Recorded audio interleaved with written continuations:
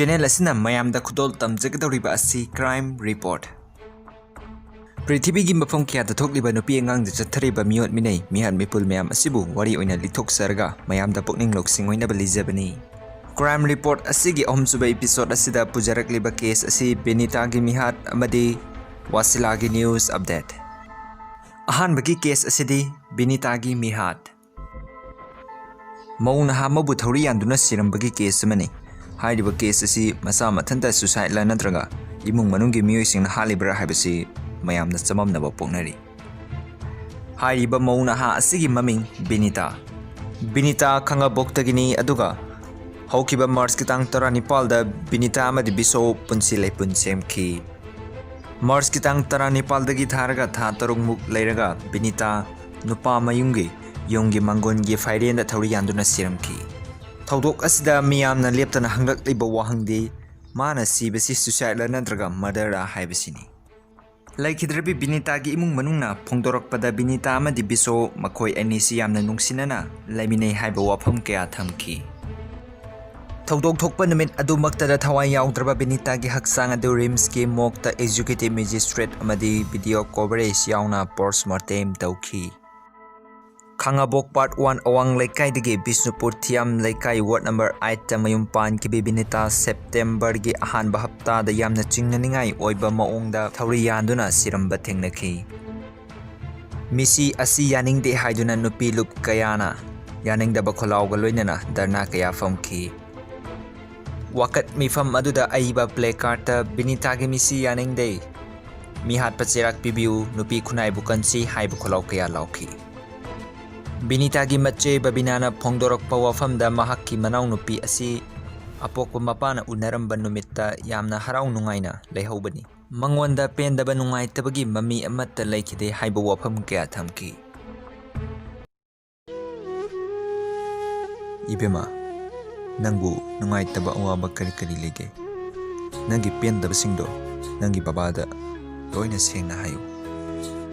Baba, I nungaitaba awaba karisu laiti yamna nusinana nungaina leiriye. Asumna nungaina leihauba Benita thangnaba numitta masa mathanta thawri yanduna siramle haiba mahaki apokpana paw taki. Amasung Benita gi misi asi kana gumbagi khujin thorang yarongani haibasi mahaki mapana singnaki. Misi asi singnaningai oi haina thaudok asigi JAC gi convener KH Rajen na phongdoki. Adubu yamna ngaklibadi Benita gi nupa bisogi machan nupi na phongdorokpa wafamga mapal na phongdorokpa wafamga khenai haibasida miyamna angakpa maoki. Maru oina miyamna taksilakliba wafamde haujik faduna leiriba biso Benita gi manembok amadi bisogi machal nupi makhoi ahumsi ningthina wahang pawhang tawbiduna asengba langal langjin puthokpiu haina akanba pressure pisilakli. Makhatana Benita gi updates mayamda dong khudol tamjarke ngasigidi Benita update matang sida loijare mathangi case asi Wasila gi news update. Mamangi crime report ke episode 2 da Wasila gi update thamjakhrabagi matungda ngasi thamjariba asisu Wasila gi news update ni. Imphal West District ki Mayang Impan Police Station manung chanba irong yendaw paligi mafam amada masagi sahi taramari khaktamak ngaribi nupi macha amabu gang rape tawba amasung hatpagi charge ta district sigi women police station na phagatkiba 21 ni haiba naha mari amasung naha sing ngasigi manungda men 21 ni haiba amagi mama mapa yauna miyoi taruk judicial custody da remand tawkhre.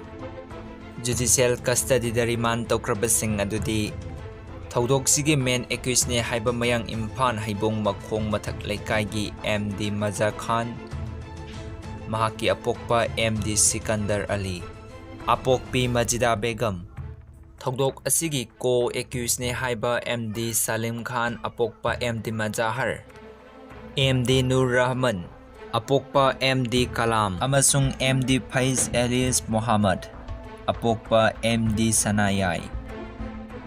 Police na accused ni haiduna SARS tawriba apunba miyoi taruk sige manungda men accused amasung ko accused pumnama case asiga mari lainana phabadagi ngasi phawa police na remand lawduna wahang pahung chatharakli bani.